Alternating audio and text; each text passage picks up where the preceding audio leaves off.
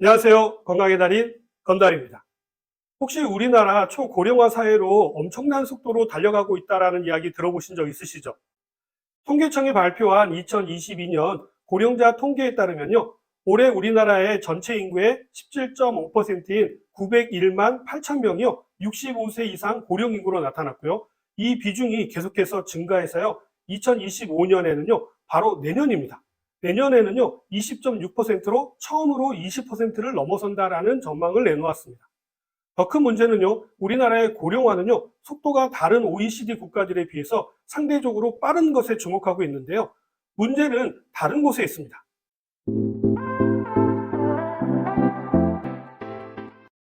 전문가들은요, 우리나라의 고령화 문제가 공론화된 지가 20년이 넘었지만요, 실제 대중들이 고령화 문제를 체감하는 정도는 아직 상대적으로 낮다라는 것을 지적하고 있는데요.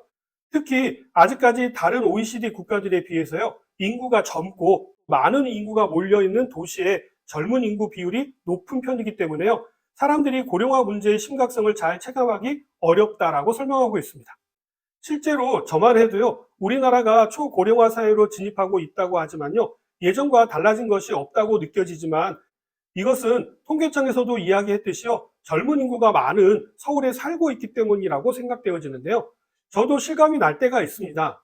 지방에 강의를 가게 되면요, 지방의 대중교통을 자주 이용하게 되는데요. 그래도 대도시로 알려져 있는 대전이나 대구, 부산을 비롯하여서 광주의 지하철을 타보면요, 아주 강하게 체험하게 됩니다. 아무래도 제가 이동하는 시간대가 출퇴근 시간대가 아니다 보니까 지하철을 이용하시는 승객분들의 평균 연령이요, 좋게 60세는 넘어 보이더라고요. 실제로 통계청이 발표한 통계 자료를 보면은요, OECD 11개국 중 65세 이상 노령 인구는요, 16.6%로 호주와 함께 가장 낮은 치수를 기록했고요. 뒤이어 미국이 16.7%를 차지했다라고 합니다. 그러나 문제는요, 우리나라에서 고령화가 진행되는 속도인데요. 한국보건사회연구원 이상림 연구위원은요, BBC 코리아에서 우리나라가 아직까지 OECD 국가들 중 상대적으로 젊지만 불과 20년 정도면요, 일본을 제치고 세계에서 제일 고령화될 것으로 전망된다라고 밝히면서요, 우리나라의 고령화 문제는 다른 나라와는 달리 노령 인구의 비율의 수준 자체보다는요, 그 진행 속도에 관한 문제가 훨씬 더 크다라고 이야기하고 있습니다. 자, 이러다 보니까 요즘 5, 60대의 화두인 노인 돌봄이 되었다라고 하는데요.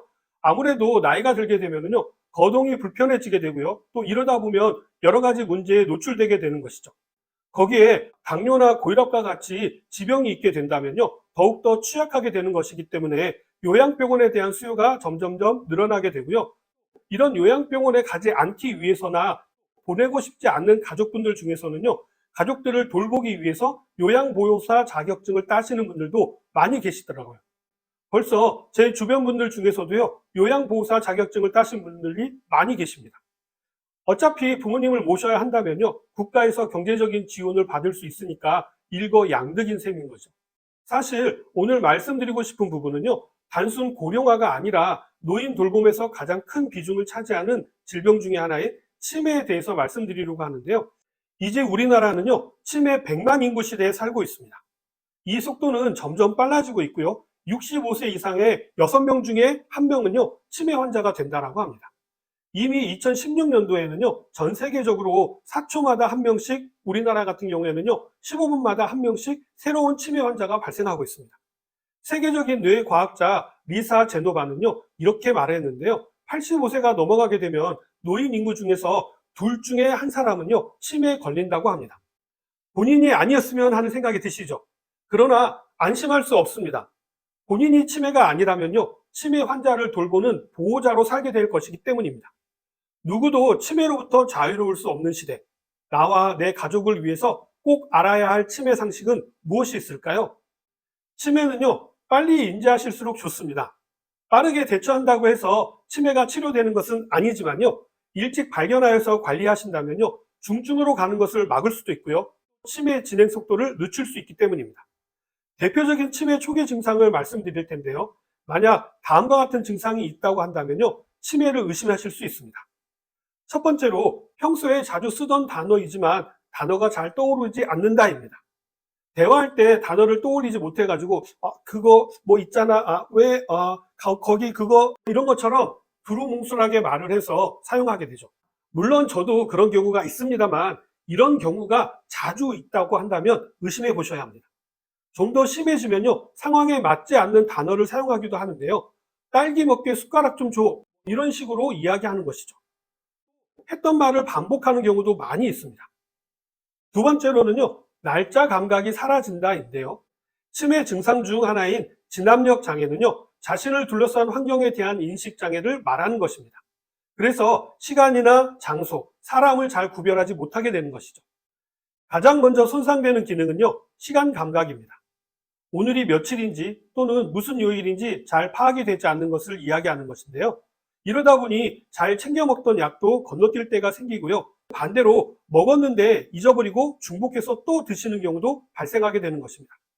치매가 더 진행되게 되면요, 계절에 대한 개념이라든지 덥고 춥다라는 감각도 무뎌지게 됩니다. 이렇게 되면요, 날은 무더운데도요, 내복을 입고 외출하는 일이 벌어지게 되는 것이죠.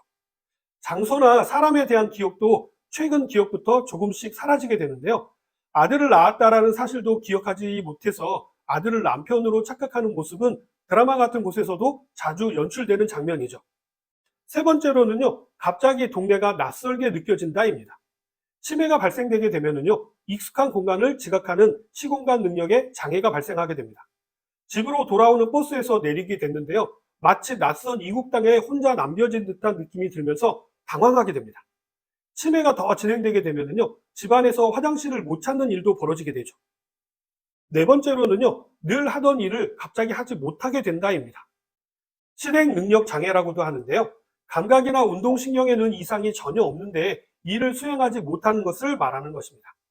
일상적으로 해왔던 일을요, 갑자기 하지 못하게 되는 상태를 말하는데요. 문을 잠그거나 또는 열지 못하는 일도 발생하게 됩니다. 그렇다면 치매를 예방하고 치매 진행 속도를 늦출 수 있는 방법은 무엇이 있을까요?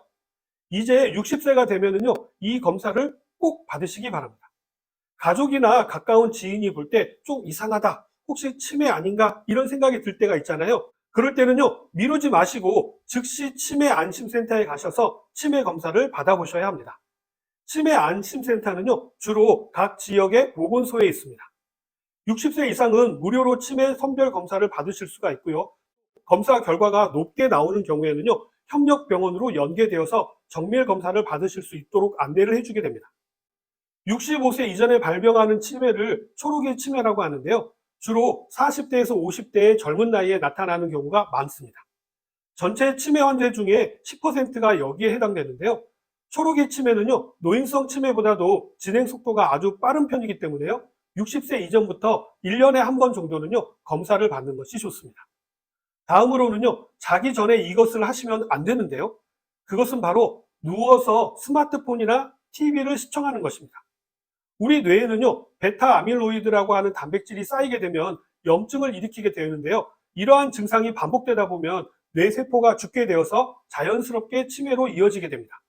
이 베타 아밀로이드 단백질은요, 숙면을 취할 때 척수액을 통해서 뇌가 청소되면서 빠져나오게 되는데요.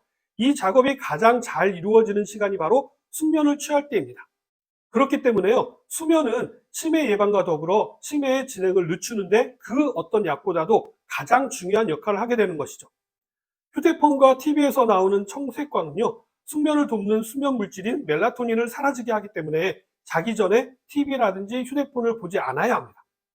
초고령화 시대를 앞둔 이 시기에요, 이제는 치매에 대한 공부를 하셔야 나를 그리고 내 가족을 돌볼 수 있게 됩니다. 치매가 의심스러우시다면요, 꼭 보건소에 방문해 보시길 바라면서요. 저는 다음 시간에 다시 찾아뵙도록 하겠습니다. 감사합니다.